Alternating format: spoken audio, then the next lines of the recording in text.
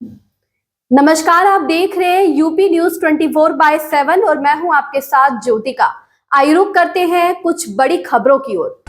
भारत पाकिस्तान के बीच संघर्ष विराम में अमेरिकी राष्ट्रपति डोनाल्ड ट्रंप ने अमेरिका की भूमिका का दावा किया है। उन्होंने रियाद में भी कहा कि हाल ही में प्रशासन ने सफलतापूर्वक भारत और पाकिस्तान के बीच ऐतिहासिक संघर्ष विराम कराया है। हालांकि भारत सरकार ने मध्यस्थता में किसी भी तीसरे पक्ष की सहभागिता को खारिज किया है। वहीं इसे लेकर कांग्रेस ने भी सवाल उठाए हैं। भारत पाकिस्तान में संघर्ष विराम में अमेरिकी राष्ट्रपति ट्रंप के दावे को लेकर सियासत जोरों पर है। कांग्रेस ने इसे लेकर सवाल खड़े किए हैं। इस बीच कांग्रेस ने ऐलान किया है कि वह 20 से 30 मई के बीच 15 राज्यों में जय हिंद सभा आयोजित करेगी।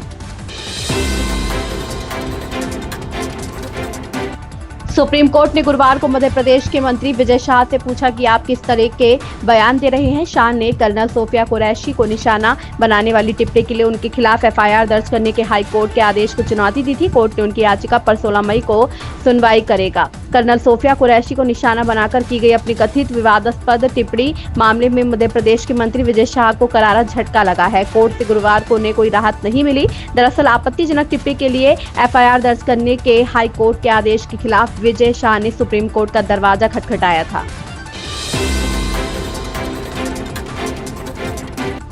ऑपरेशन सिंदूर आधुनिक युद्ध के मौजूदा दौर में भारत की निर्णायक जीत है, लेकिन मेरी नजरों में ऑपरेशन सिंदूर अभी पूरी तरह थमा नहीं है। ये एक सोचा समझा रणनीतिक विराम है, जिससे कुछ लोग संघर्ष विराम कह सकते हैं, लेकिन भारतीय सेना ने इस शब्द से जानबूझकर दूरी बनाई। मेरे लिए यह कोई मामूली ठहराव नहीं, बल्कि एक ऐसी सैन्य जीत के बाद का दमदार कदम है जो इतिहास के पन्नों में स्वर्णिम अक्षरों में लिखा जाएगा। ऑपरेशन सिंदूर के तहत अब तक 4 दिन की सटीक और शक्तिशाली कार्रवाई में मैंने भारत को एक ऐसी जीत हासिल करते देखा जिसने दुनिया को चौंका दिया।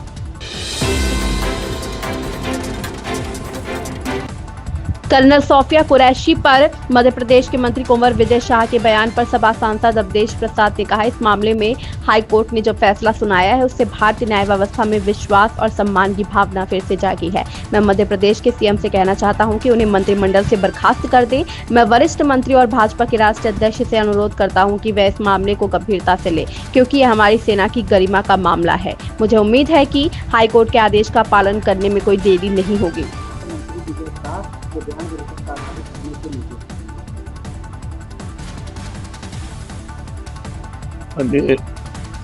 माननीय उच्च न्यायालय मध्य प्रदेश ने जो कर्नल सोफिया के अपमान को लेकर निर्देश दिया है, इससे केवल मध्य प्रदेश में ही नहीं, सारे देश में न्यायपालिका का सम्मान और न्यायपालिका के प्रति विश्वास बढ़ा है।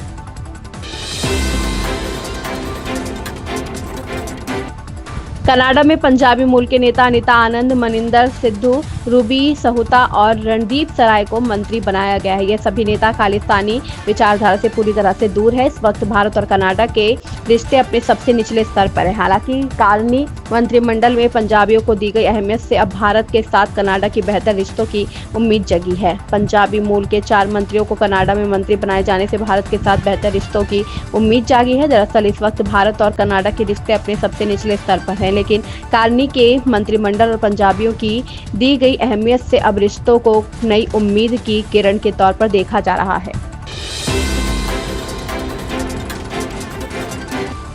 रक्षा मंत्री राजनाथ सिंह ने कहा, साल 2024 से 25 में भारत ने 23,662 करोड़ रुपए मूल्य के रक्षा उत्पादों का निर्यात किया। 2013 से 14 में यह 686 करोड़ रुपए थे। रक्षा मंत्री के कार्यालय का कहना है कि इस कामयाबी के पीछे रक्षा क्षेत्र में देश को आत्मनिर्भर बनाने की भावना है। आत्मनिर्भर और मेक इन इंडिया कार्यक्रमों के तहत रक्षा क्षेत्र में भारत ने कई योजनाओं की शुरुआत की है। इसमें उत्पादन से जुड़ा प्रोत्साहन भी शामिल है। रक्षा मंत्री राजनाथ सिंह ने कहा कि भारत का रक्षा निर्यात अब तक के उच्चतम स्तर पर है। पिछले 1 दशक में इसमें 34 गुना की बढ़ोतरी हुई है। भारत का रक्षा क्षेत्र आत्मनिर्भर भारत की भावना से प्रेरित पहले से कहीं अधिक मजबूत हो रहा है।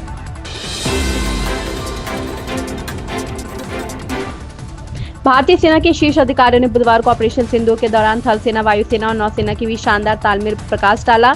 यह बैठक दिल्ली छावनी के मानेकशॉ सेंटर में की गई, जो 30 मिनट तक बंद कमरे में चली। बैठक के दौरान रक्षा खुफिया एजेंसी के महानिदेशक लेफ्टिनेंट जनरल DS राणा ने पाकिस्तान द्वारा चलाए जा रहे भारत विरोधी गलत सूचना अभियान के दौरान में जानकारी साझा की। इस दौरान ऑपरेशन सिंदूर के दौरान सेना, वायुसेना और नौसेना के बीच शानदार तालमेल पर मंथन किया गया। तमिलनाडु सरकार बनाम राज्यपाल मामले में सुप्रीम कोर्ट द्वारा विधेयक पर फैसला लेने की समय सीमा तय किए जाने पर काफी कुछ कहा गया। उपराष्ट्रपति जगदीप धनखड़ ने भी सुप्रीम कोर्ट के फैसले पर आपत्ति जताई थी। अब राष्ट्रपति द्रौपदी मुर्मू ने भी सुप्रीम कोर्ट के फैसले पर सवाल उठाए हैं। राष्ट्रपति द्रौपदी मुर्मू ने 8 अप्रैल 2025 को दिए गए सुप्रीम कोर्ट के आदेश पर सवाल उठाए हैं। दरअसल सुप्रीम कोर्ट ने तमिलनाडु सरकार बनाम राज्यपाल मामले में आदेश दिया था कि राज्यपालों और राष्ट्रपति को एक तय समय में उनके समक्ष पेश विधेयकों पर फैसला लेना होगा। सुप्रीम कोर्ट के इस फैसले पर काफी हंगामा हुआ। अब राष्ट्रपति ने इस पर आपत्ति जताई है और कहा कि देश के संविधान में ऐसा कोई प्रावधान नहीं है, तो सुप्रीम कोर्ट किस आधार पर यह फैसला दे सकता है।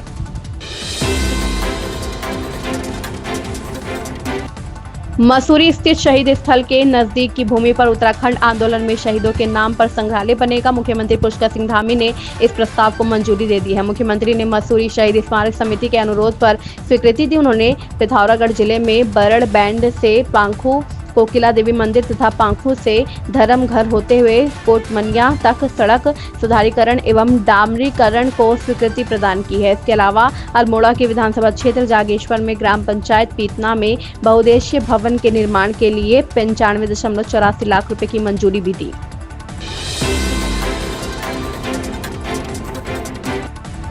भाजपा सांसद और confederation of all India traders के महासचिव प्रवीण खंडेलवाल कहते हैं, कल देश भर के व्यापारी नेता दिल्ली में एकत्रित हो रहे हैं ताकि यह तय किया जा सके कि तुर्की और अजरबैजान के साथ व्यापार समझौते समाप्त किए जाएं या नहीं। कल ही कन्फेडरेशन ने केंद्रीय नागरिक उड्डयन मंत्री राममोहन नायडू किंजरापू को एक पत्र लिखकर अनुरोध किया था कि हमारी एयरलाइन एजेंसियों, विशेष रूप से इंडिगो और तुर्की एयरलाइन के बीच कोड शेयरिंग समझौते की फिर से जांच की जाए और उसे रद्द किया जाए। देखिए, confederation of all India traders ने कल आह्वान दिया था व्यापारियों का और सभी लोगों का कि तुर्की और अजरबैजान की जो यात्राएं हैं उनका बहिष्कार किया जाना चाहिए। पूरे देश में जगह जगह से उसका समर्थन मिला है।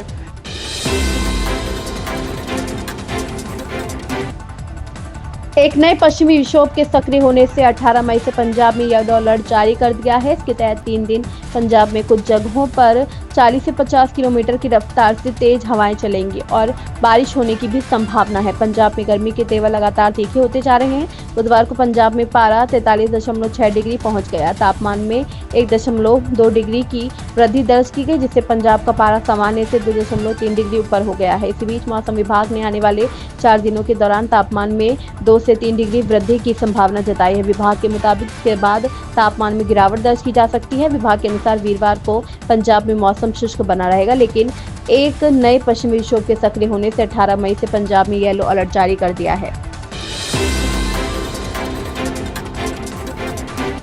उत्तर प्रदेश की योगी सरकार ने राज्य को बीज उत्पादन के क्षेत्र में आत्मनिर्भर बनाने की दिशा में बड़ा कदम उठाते हुए प्रदेश में 5 सीड पार्कों की स्थापना के प्रस्ताव को मंजूरी दे दी है। पूर्व प्रधानमंत्री चौधरी चरण सिंह के नाम पर स्थापित किए जाने वाले सीड पार्कों को प्रदेश के 5 क्लाइमेटिक जोन में चरणबद्ध तरीके से स्थापित किया जाएगा। प्रदेश सरकार द्वारा इस योजना के तहत पहले सीड पार्क की स्थापना लखनऊ जिले के अटारी स्थित राजकीय कृषि प्रक्षेत्र की 130.63 एकड़ भूमि पर की जाएगी, जिस पर 266.70 करोड़ रुपए का अनुमानित व्यय होगा। इन खबरों में बस इतना ही। बने रहिए यूपी न्यूज 24/7 के साथ। अगर आपको ये खबर पसंद आई हो तो हमारे चैनल को लाइक, सब्सक्राइब और शेयर करें और हमें अपनी राय कमेंट में जरूर बताएं।